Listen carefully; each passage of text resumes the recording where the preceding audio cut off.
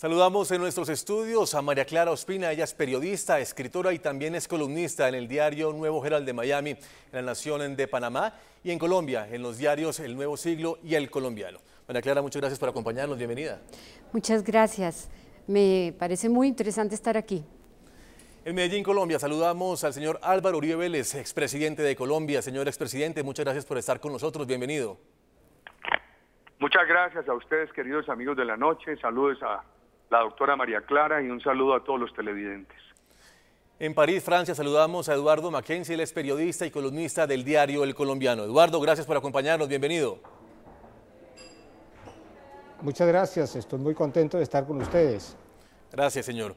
Señor expresidente, me gustaría empezar con usted con el siguiente tema y nuevamente agradeciéndole por estar con los micrófonos de la noche de NTN 24.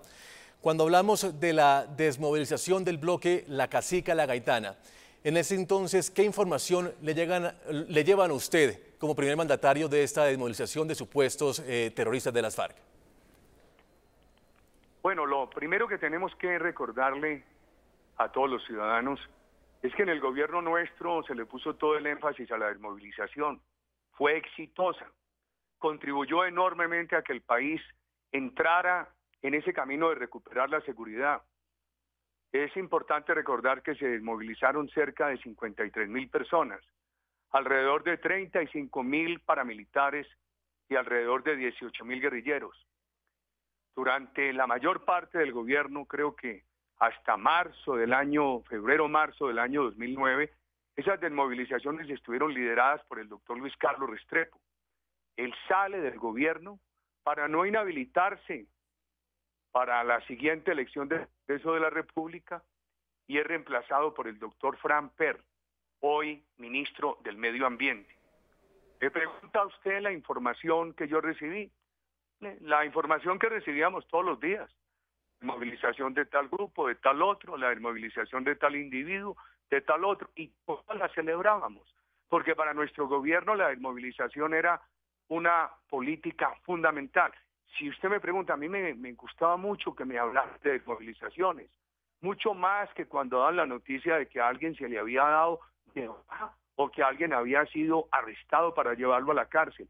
Para nosotros lo más importante era la desmovilización. Y eso se condujo con toda rectitud durante muchos años por el doctor Luis Carlos Restrepo y al final del gobierno con la rectitud del doctor Fran Per. Sí, señor expresidente, y para entender un poco esos protocolos que se llevan a cabo en esa clase de desmovilizaciones, en ese entonces, esos 66 integrantes que serían de las FARC en el año 2006, cuando a usted le dan esa información de esa desmovilización, ¿qué protocolos se tienen en cuenta? Porque es cierto que su gobierno promovió la reinserción de muchos de aquellos que estaban en las armas, la desmovilización de muchos de aquellos, pero también es cierto que era muy llamativo que un bloque entero se desmovilizara de las FARC.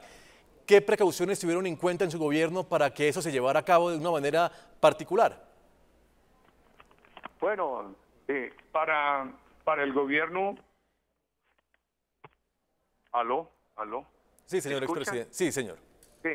Para el gobierno toda desmovilización era de gran importancia. Alguien ha dicho que el gobierno tenía especial interés en legitimar la ley de justicia y paz para mostrar que era una ley no para los paramilitares, sino también para la FARC.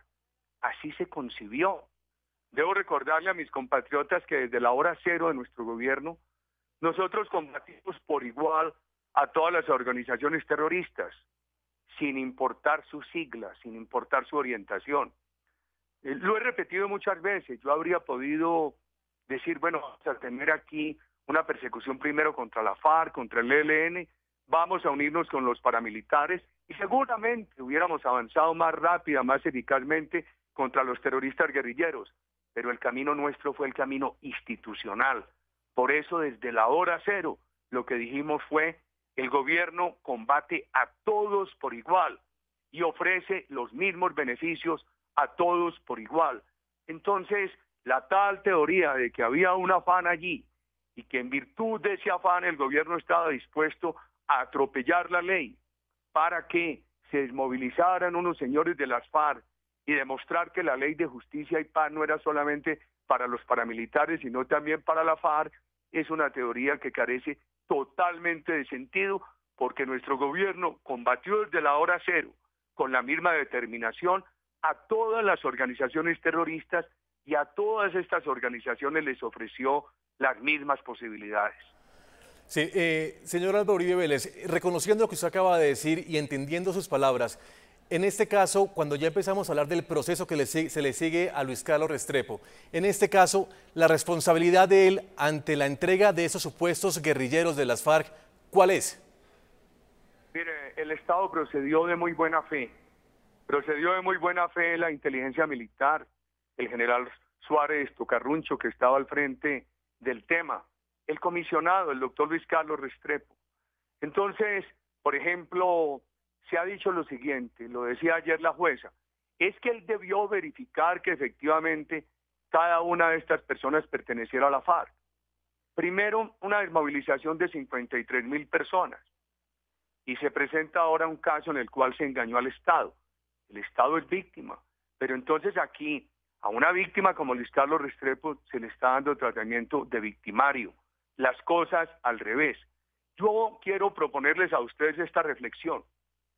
Si resulta bastante difícil probarle a una persona que es guerrillera para condenarla, ¿cuánto más difícil resulta probarle que no es guerrillero? Cuando la persona ha dicho, yo pertenezco a la guerrilla y he tomado la decisión de desmovilizarme.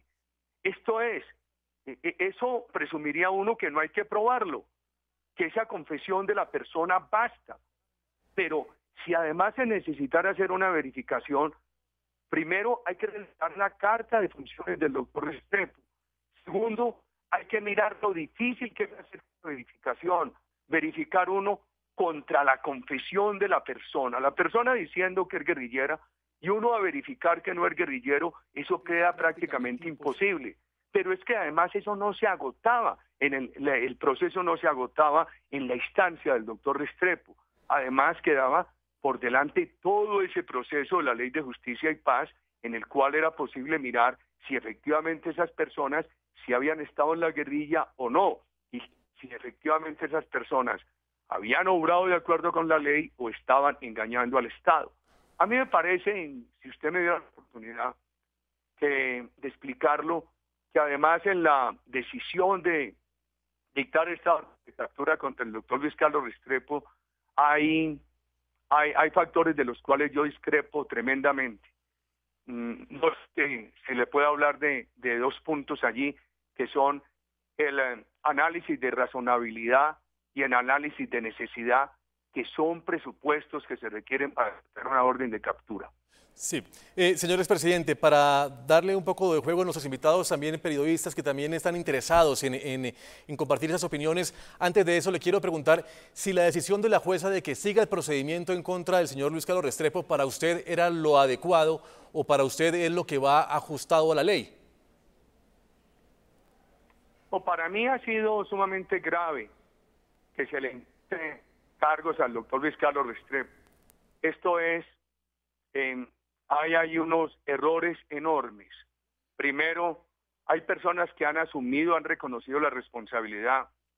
Segundo, en el proceso se ha conocido que algunas personas fueron presionadas. Tercero, se sabe que hay una venganza de sectores criminales, concretamente de sectores paramilitares, contra el gobierno nuestro, que desmontó el paramilitarismo y que tuvo que extraditar a muchos de ellos.